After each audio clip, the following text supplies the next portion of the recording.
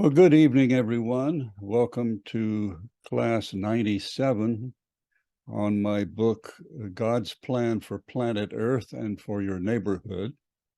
It's also possibly God's plan for any planet, frankly, because you have the same, well, let's put it this way. If God's plan is perfect, which presumably it must be, since God is perfect and his plans must be perfect, even though they may not seem that we're carrying them out in a perfect manner. Then what would be perfect as a strategy for one planet presumably would work with any planet where there's human life, even if the life is somewhat distinct from ourselves, but as we have defined the human being as a being capable of cognition, self-awareness, and so forth, then presumably the same process of evolution and of both physical, literal evolution, as well as social and spiritual evolution would needs take place, and you would have the same process of having the intermediaries of the manifestations to bring about the progressive change and evolution of the society. So this book, which came out 4 years ago, 5 actually, I'm going to begin to show you the slides for this. We've gone over it once before in the course, so not many people may show up tonight. But nevertheless, I think it worth refreshing ourselves insofar as the major points it makes, because they're still relevant today, especially since this came out right before the 9-year plan was released and takes us up to that point. So the title, God's Plan for Planet Earth and for Your Neighborhood, is derived from this book, which was published by the Baha'i Publishing Trust in 2018, has 11 chapters and 254 pages. And it has, I think, some valuable slides, which are graphs and diagrams that I will show you as we go through. So these are the links to buy the book at the Baha'i bookstore or at Amazon, and you'll notice it's also, in addition to being in paperback, is in various forms of ebooks on both sites. The main theme of the book is the advancement of the administrative order, those crucial links that took place between the advent of the administration of the guardian upon the death of Abdul Baha, and the appointment of the guardianship and description of the guardianship, as well as the other 3 administrative bodies designed in the will and testament of Abdul Baha, namely the guardianship, the hands of the cause, the House of Justice. And of course, the House of Justice had been talked about and designed by Baha'u'llah, but Abdul Baha defines how they are to be elected and what the parameters of their authority are. And then, of course, the secondary houses of justice, what are now called national spiritual assemblies, but will in the future be called the secondary houses of justice, and they will always be, and this is something else that Abdul Baha designs in the will and testament, namely the 3-tiered process by which the House of Justice is elected. And that is, you elect the delegates to the National Assembly, and then you elect the delegates to the National Assembly. The delegates elect the National Assembly, to the National Convention. Then the National Convention elects the National Spiritual Assembly, and then every 5 years, the National Spiritual Assemblies, or secondary houses of justice, gather in the Holy Land to elect the House of Justice. So that 3-tiered process will abide eternally, we presume. So one of the things that this book covers at the last part, as I say, it covers two main things: the advancement of the administrative order and the advancement of the teaching plans, both of which began more or less with the guardianship, though the guardian does not have his first teaching plan until 1937, when we are ready to move forward with such a plan. He works on the administrative order first.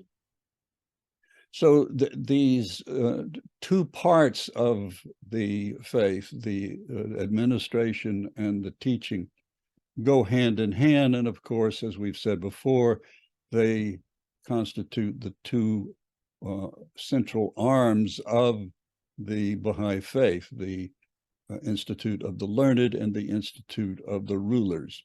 The learned are appointed, the rulers are elected. The learned take the cause forward insofar as teaching and guidance, but the authority for executive authority for the faith derives from elected bodies. So I'm going to quote, first of all, from a passage that occurs often in the letters that we got from the House of Justice during the 20 years of these 4 5-year plans that began in 2001. The introduction of the concept of the cluster during that period made it possible for the Friends to think about the accelerated growth of the community on a manageable scale, and to conceive of it in terms of two complementary, reinforcing movements: the steady flow of individuals through the sequence of institute courses, and the movement of clusters from one stage of development to the next. So these two processes are still in effect, and the emphasis on them, as you probably have read in the documents constituting the major letters so far describing the 9-year plan that we are presently in, as well as the teaching plans, the teaching guidance. And the letter that we just received this past feast from the National Spiritual Assembly of the United States, that contained the letter from the House of Justice to the National Spiritual Assembly of the United States, placing more emphasis on the regional institutions and their one thing that's interesting in this, I find, is that you have the National Spiritual Assemblies of what we call National Assemblies, say, of Alaska and Hawaii, and then you have the United States. And insofar as the election of the House of Justice is, they all have equal what shall I say, equal power insofar as they have 9 votes. In one sense, I get the feeling that obviously in the United States, there is apportionment, as I've talked about before. Namely, you have delegates according to the number of Baha'is in a given area. So if there approximately, or were, I don't know how many there are now, but approximately 500 believers per delegate or something like that. And so the emphasis on the regional committees may well portend the divvying up of the United States into smaller secondary houses of justice. I'm not sure, but it's certainly training us for that sort of administrative order. The 3 constant protagonists of these plans still consist of what they were in the previous 4 5-year plans: the individual, the community, and the institutions. And that's made clear. So nothing insofar as the basic construction of the administrative order or the teaching plans and how they're carried out is changed. Only the emphasis and the goals and the advancement for the 9-year plan. That's 2021 through 2032. No, that's not right. 2022 through 2031. I think that's right. So, chapter 1. Now, I'm not going over great detail, as I just want to skim over these to give you a sense of what the book is about if you have not had a chance to look at it. God's plan for creation. As always, as I said last time, when I write a book about the Baha'i faith, I don't presume that the reader is a Baha'i, or if the reader is a Baha'i, that the individual knows about the faith and so far as the whole view of the Baha'i faith about history and religious history and the plans of the past and where we go from here. And so I always begin with an introduction to the faith, and that's what I have here, is a idea of the end and the beginning. And that concept we've talked about before is the idea that as Baha'is, we know from the beginning of the process of the Abrahamic dispensation, for example, or the Abrahamic cycle, that the end of it is not the end of human history, but rather the end of a preparation for a global religion.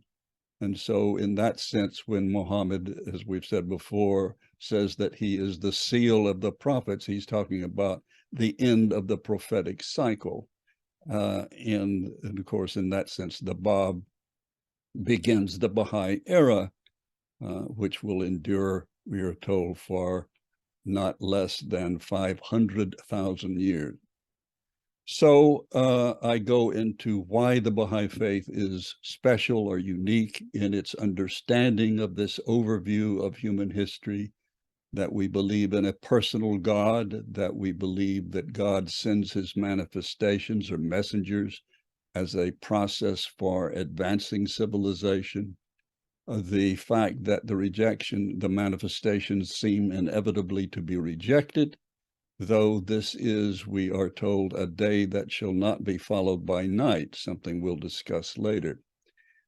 Progressive revelation, of course, is essential to understand if you are to understand the special gift, if you will, in human understanding that Baha'u'llah provides as he discusses this in detail in the Iqan. From day to day is talking about days in the sense of the day of God, which is the a dispensation or an era. So you have these various terms for the cyclical nature of this process. You have one day is a dispensation or an era, and then you have the a cycle which contains many days or many dispensations. And then, of course, you have the whole of the progress of God's plan on earth, which has no end until the earth itself ends. Human history then is, as I said in the very first class in this course, is necessarily religious history, because, as Abdu'l-Baha says, without the advent of the manifestation, there would be no human history, that is, there would be no advancement in civilization, and humankind would remain in the throes of animal passions and desires and so forth, because there'd be no advancement. So attaining maturity, of course, another important concept in the Baha'i faith, and that is the Baha'is believe that humankind has at long last attained a state when it is ready, as I am fond of saying, to have the keys to the car, that we've attained a point where we can understand what our history has been up to now and what it's been preparing us for, namely a global religion and a global community. The second chapter is dealing with, again, some major important points to understand about the Baha'i faith prior to getting into the teaching plans. What are the signs of, I say this is the time for the true beginning, and that is attaining maturity is not with any organism the sign of its end, as it's thought to be in the eschatology of the various previous religions, where the time of the end is thought to be the end of the earth. No, it's the end of preparation for our true collective growth as a global society. And so in that sense, the time of the end is a point of our real beginning, even as our maturity as individuals, as we go out of adolescence, means we're taking responsibility and are challenged to understand what our own purpose is and how to attain that. And the signs of the fact that we not only can achieve, we've reached a state where we can achieve global unity, but where we have to achieve it, where we are obliged to achieve it if we are to endure. And so that's what these are about, the signs of the advent of a new era, the choice that is no choice, which is obviously talking about the choice to establish a global commonwealth, because if we don't, we'll destroy ourselves. So it's really, we don't have any other option, as we are finding out increasingly. And the Guardian, of course, in his letters, and Baha'u'llah and Abdu'l-Baha as well, talked about this very period in which we live, where things will get more and more dire until there is no choice but to adhere to the guidance of Baha'u'llah. So the section here is dealing with the fact that we are in an age where neighborhoods and social togetherness, a sense of shared values, have really largely disappeared. And so the utopia that Baha'u'llah describes, and that the Guardian really spells out in detail in such things as the World Order of Baha'u'llah and his other letters, or collections of letters, is a utopia that, unlike other utopias in literature, is not a dystopia. That is, we will still have free will. It'll not be some regimentation of society. And the idea that, of course, this has been God's plan all along. The third chapter, the day that shall not be followed by night, what does that mean? Well, it may mean that the day of God is the dispensation of Baha'u'llah, which will not be followed by the kind of degeneration of the religion that we have seen in the previous religions, where you have the decline of Judaism to where it becomes legalistic until you have the advent of Christ. Then you have the problems of Christology, who was Christ, which unfortunately brings about or instigates the disunity within Christianity, followed by the advent of Muhammad, which unfortunately ends up being schismatized from the very time of his death. And while it brings great advancement, you still have the degeneration of the religion to where each religion is the foremost enemy of the next dispensation. So the Jews persecute Christianity, Christianity persecutes the Muslims in the Crusades, tries to at any rate, does not succeed. And then you have, or you could argue that it still persecutes it later in the, when it takes over the Middle East and so on, Western Christendom, and so on. This will not happen, we are told in the Baha'i writings, in the Suri Hakel, that this day shall not be followed by night. Now, does it mean this dispensation will not degenerate? Or does it mean that the Baha'is will recognize the advent of the next manifestation. We don't know exactly. Surely Baha'u'llah would not say what he does about, I fear not for myself, but for him who will follow me, if he didn't think that the next manifestation will also endure some adversaries, whether in the faith or outside it. In any case, it will not be followed by night, because we have the inviolable covenant of Baha'u'llah in relation to the plan of God. And the dispensation of Baha'u'llah is therefore a turning point in the history of religion. So, what are the links in the covenant? And this is something we've discussed in several different classes in the past, and I'm not going to go into them in detail. But you have the covenant of Baha'u'llah, which is his last will and testament, the Kitabi'at. You have the succession of the lesser covenant with the special designation of Abdul-Baha as the successor to Baha'u'llah. And so you have the link from Abdul-Baha to the guardian with the will and testament of Abdul-Baha. And then you have, with the guardianship, the final link, which is the election of the House of Justice in 1963. And these are, and as I just said, the four institutions that are four bodies, or definition of those bodies, by Abdul-Baha in his will and testament.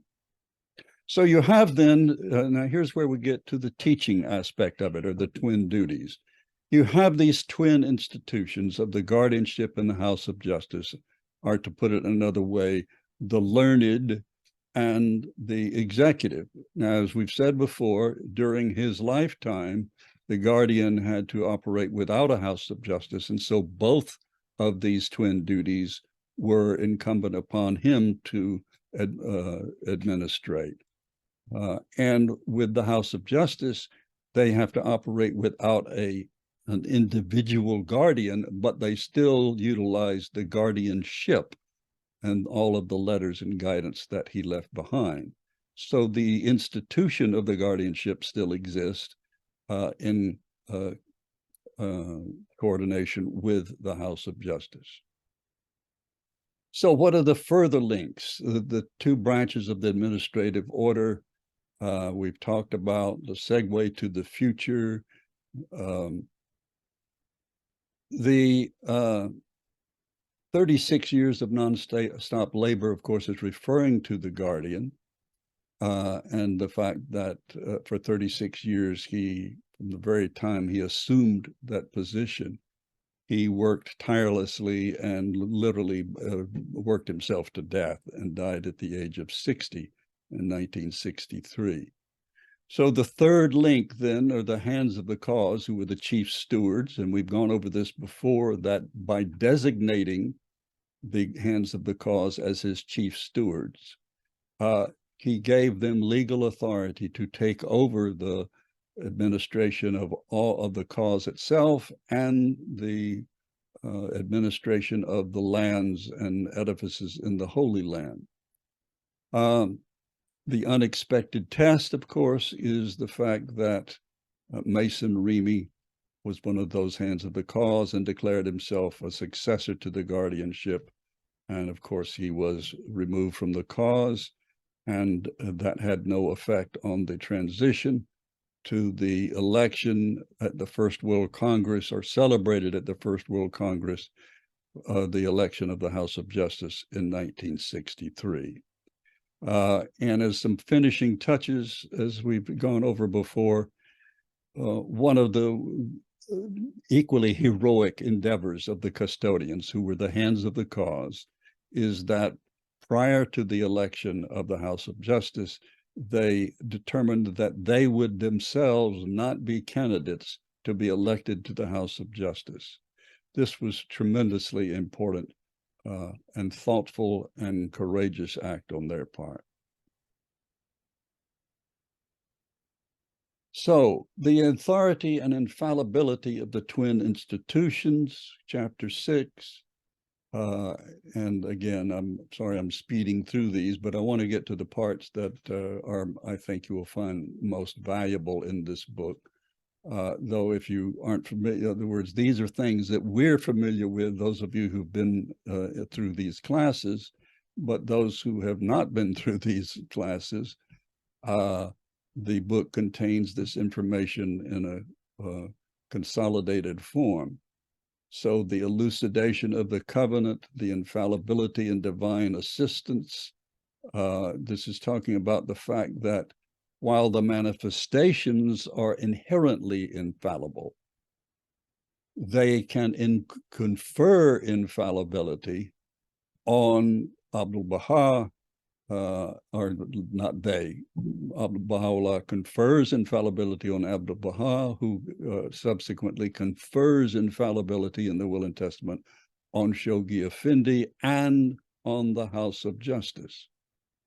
That means whatsoever they decide is of God. This is, of course, important, as we've discussed before, because some had decided that, well, it just meant the legislative decisions they make. But of course, every decision they make has some legislative implication. So the distinctions in the scope of authority is found in these two concepts or words. The function of the House of Justice is not to interpret the text. Even though they have an infallible authority, that authority does not include infallible interpretation of the holy text. They have the authority to make the translations authoritative, but they have the authority to elucidate the holy text. So while Abdu'l-Baha and the Guardian, in their sphere of infallibility, had the authority to give interpretation of the holy text, the House of Justice has only the authority to elucidate the holy text. Now, what's the difference? Well, of course, elucidate comes from Latin derivation of to give light to enlighten, to shed light upon, whereas interpretation means to give a precise meaning of something. There's it's a difficult distinction, but it is one that is understandable, certainly. The House of Justice also has the power to create new laws, as long as they don't conflict with the laws revealed by Baha'u'llah. And they have other capacities as well. The status of women in the House of Justice is important to discuss, which I do in the book. And that is, while they have equal capacity with men, and indeed Abdu'l-Baha says in some arenas they are superior to men. So the fact that they cannot be elected to the House of Justice, as we discussed in a class some time ago, has nothing to do with the fact that they are women per se. That is, it obviously it has something to do with it, but it has nothing to do with their capacity. So whatever the reason is, which we don't presently know with any certitude, it has nothing to do with capacity, but some circumstantial conditions that we will know. And as Abdu'l-Baha says, when we know, we will know it as clear as the sun at noontide, meaning when we know, we won't have to ask if we know, because it'll be so blatantly clear that no one will have to question what the reason is. Chapter 7, the continuity of Baha'u'llah's minor plan of God. Now, this has to do with the teaching plans, and it begins with, of course, the tablets of the divine plan, which were sent to America by Abdu'l-Baha from 1916 to 1919. and of course now are collected in one volume. And this is the beginning of the teaching plans then, with the first one being with the advent of Shoghi Effendi with the death of Abdu'l-Baha in 2021. And we'll see a chart later on that maps out each of the plans when they were revealed or released, and what happened during those plans. So as I discuss in the book, the first thing we have to do in teaching, and this is right from gleanings of Baha'u'llah, before you can teach anyone else, you first have to teach yourself. So the preparation for the plans is a period during the guardianship between 21 and 37, where the Guardian's primary focus was to spread the faith strategically throughout the world. And of course, as we've said before, what's so critical about that is he realizes, number one, that he's Guardian and the responsibility for this world-changing religion is on his shoulders, because at that time, there is no House of Justice to help him.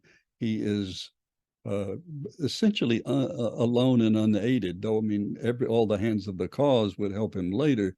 At first, you can imagine what an overwhelming sense of responsibility and inadequacy that brought about. And we could talk about that for a long time, and we have before. But suffice to say, he would draw these maps and say, okay, we don't have anybody here. We need, in other words, he is trying to spread it out through the world, the faith. And this, of course, continued to be a priority. This, of course, the last plan of the Guardian, the 10-year World Crusade, had as its principal function preparation for the election of the House of Justice by creating NSAs around the world, as many as possible, in order to have representation, in order to create what the writings called the pillars of the House of Justice, and that is the national assemblies, and as much as they are the electoral bodies that elect the House of Justice, are called the pillars of the House of Justice. So you have three plans of the Guardian: the first 7-year plan, the second 7-year plan, and the 10-year World Crusade. And then you have the plans of the House of Justice, and one of the most important changes that the House of Justice brought about was the idea that while we live globally, I mean, think globally, we live locally. And this is something that really comes about with the series of 5-year plans, and I'll explain that in just a second. This, of course, teach ye the causal people of Baha is from Baha'u'llah. It's in Gleanings. Find receptive hearts. You don't proselytize. You find someone who is ready to receive this message. If they're not, you leave them to themselves. And so, is it possible to have mass teaching in America? And of course, it did happen. It happened in the early 70s. And the realization that occurred from that was that you can't have mass teaching without mass consolidation, that they go hand in hand. And so even though we brought in tens of thousands of souls in the waiting rural South, primarily African-American souls in the rural areas of South Carolina, and they were ready, and they knew what they were doing, and they knew what they were waiting for, we had no way of helping them form assemblies and so forth. And so you in effect, we could do the teaching very well and bring them in quite easily, but we had no way of consolidating them. In other words, how could you have a local assembly of, say, 10 people minister to several hundred new Baha'is? You couldn't. And so that's what we found out. The result was you had local secretaries with a handful of declaration cards, trying to figure out whether she should countersign them or he should countersign them or not, when they never met these people and didn't know what they knew, if they were sure what they were getting into, that what they were professing was indeed the return of Christ, and so forth. So you had this ordinary folk with busy lives doing God's work. This is again this idea that you had all of this influx of believers, and so the next year, the 5-year plan that began with the celebration in Kiel Auditorium in St. Louis, where you had 10,000 Baha'is gathered, just so sure that it was going to take off, that mass teaching had begun, and that it wouldn't stop. So in Persia, you have, of course, the overthrow of the Shah and the Islamic Revolution in 1979. The result was you want to advance the process of entry by troops, but you've just lost 500,000 Baha'is, or that had not lost them, but you have the bulk of about 500,000 Baha'is in Iran who were now cut off, being persecuted, and it continued, and it got worse and worse, and it's no better now. So meanwhile, in the background, we have clusters. Now, this, of course, is beginning with, and let me just go on to this so you can see what I'm talking about. You have, as you can see here, you have the beginning of, in 1937, the first 7-year plan of the Guardian here, the second 7-year plan here, and the 10-year World Crusade here, the election of the House of Justice, and then a 9-year plan wherein it was during this 9-year plan that the mass teaching came in, particularly towards the end of it, early 70s through 72. And so we began this 5-year plan here in Kiel Auditorium in St. Louis. Everything was going to be great. I can't tell you what kind of spirit was there. It was just an amazing experience. It was full, this huge auditorium. And because it was on a weekend, you could walk down the street, and about everyone you met in this part of St. Louis was a Baha'i. And it was, you got a sense of what it would be like to live in a Baha'i city. Well, the next plan, of course, this is the 1979, the Islamic Revolution. And so we have to deal with the persecution there. Now, here is where we begin a totally different kind of plan on the part of the House of Justice. Up until this point, well, not this point, from this point, 5-year plans until here, the plans were, the goals were sent to the national assemblies, but the specifics of what would be done in an individual nation was decided by the NSA of that nation. And each year, that nation, the National Assembly, would appoint a National Teaching Committee. The National Teaching Committee would have a plan. Maybe it was each one teach one, or something of that sort. And then they would disseminate it out into the community and so on. And frankly, it didn't work because you were trying to have this top-down kind of plan. What the House of Justice saw, I believe, is that it has to be from the ground up. And that's what you have beginning right here in 1996. Namely, you see a series of global plans here, and this new one here with the 9-year plan. What you had was the beginning of you had the election of the regional committees, whose function would become administering the institutes. We didn't know it at the time. We just knew we were told to elect them, so we did. So the LSAs elect the regional committees, and the regional committees would oversee the institutes. And so you have the beginning of the institute process here in 2001, and where we begin teaching at the grassroots level, because that's where it has to take place. So if we go back to teaching the masses, here's the church and here's the steeple. What I'm talking about here, it's kind of a cynical thing, but it's that we've got the church, but we don't have the people in the church. What we found out with the mass teaching, among other things, was you can't say, okay, we're going to have a meeting here, a feast here, and so all 200 of you come to this person's house for the feast. No, you had to go to their community. They had no means of traveling, and they had no desire to go someplace there where they could fear for their lives. And there was a lot of intimidation going on in the South as this occurred from outside the faith. So entry by troops still becomes the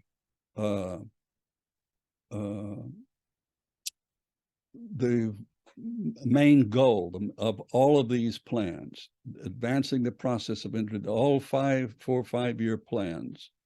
The emphasis is on advancing the process of entry by troops, realizing it had to happen from the grassroots and not top down.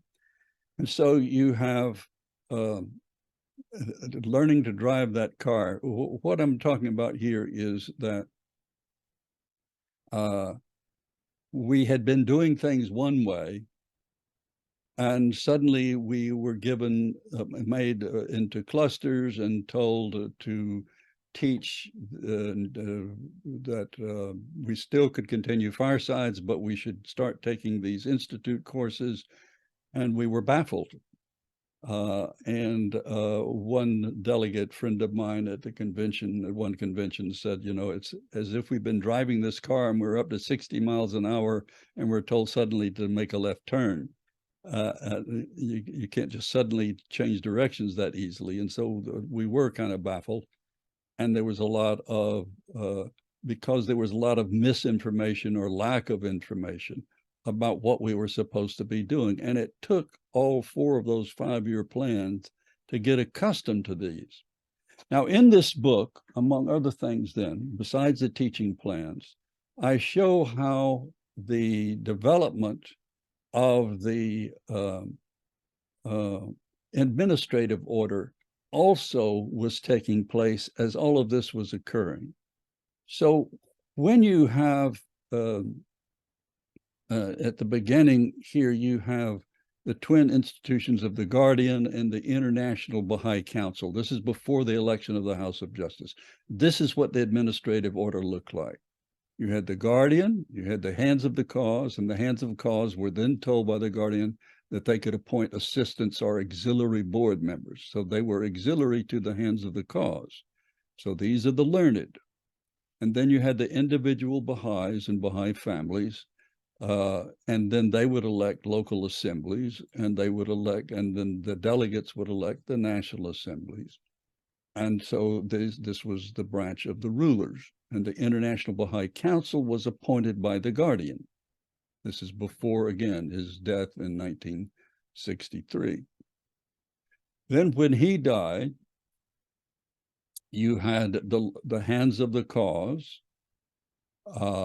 and the election of the House of Justice. You have the House of the Justice, the Universal House of Justice, the National Spiritual Assemblies, the local assemblies, the auxiliary board. Now, since the Hands of the Cause were getting old and dying, and there weren't many left, they were replaced by the Continental Boards of Counselors. And so the auxiliary boards now reported to the Continental Counselors. And the Hands of the Cause would go wherever they could be useful. This is in 1963. Now, you have the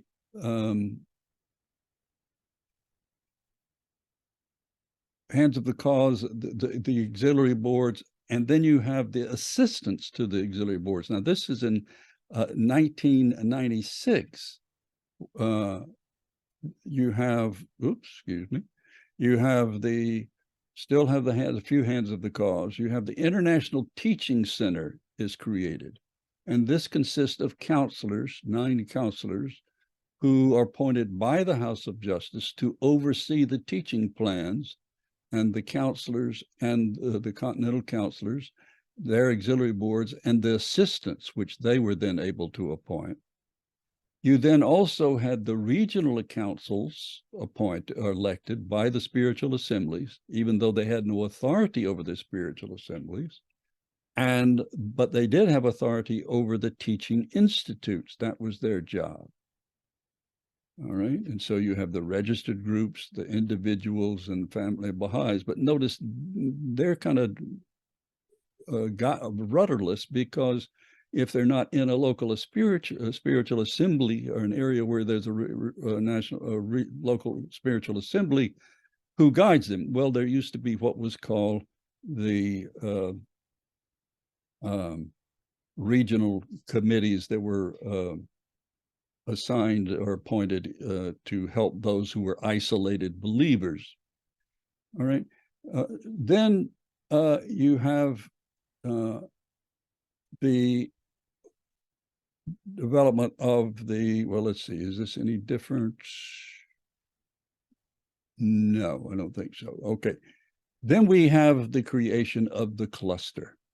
Now, this is a big deal, because now you have, it's not an elected body, but you have an identifiable area that is inclusive not only of local assemblies, but isolated believers, and you have non-Baha'is, you have, and they're all guided by a core group, which is overseen by the RTI, the Regional Teaching Institute, which is overseen by the Regional Baha'i Council. And that's what we still have. So you had the ABM, the children's class coordinator, the ATC, the assistants to the ABM, and so on. And you end up with, let me see if I've got it here.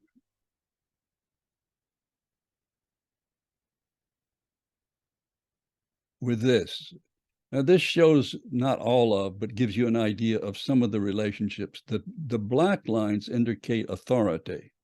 So authority goes from here to here to here. Authority goes from here to here to here to here. And this is communication. So if you carry it all out, it becomes like a massive web, which is great, because that means everything, every institution is communicating with and helping everyone else. All right. So there's no competition. There's no isolated part of the faith. So that's the heart of what the book does. Then it goes the steps towards the entry by troops and the creating of the modification of the administrative order, or at least addition of agencies to it.